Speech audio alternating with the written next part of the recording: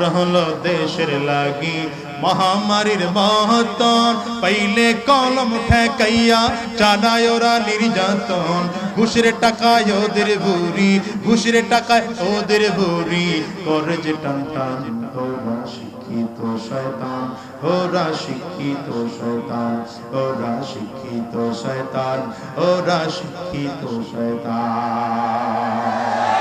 ক্ষমতার দাপট দেখিয়ে দেখে নৈরাজ্য তৈরি করেছেন তাদের বিরুদ্ধে অ্যাকশন নেওয়া হবে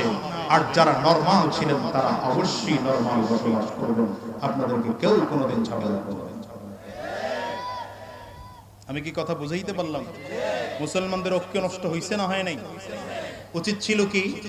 মুসলমানদের দল থাকবে কয়টা এখন দল হইছে কয়টা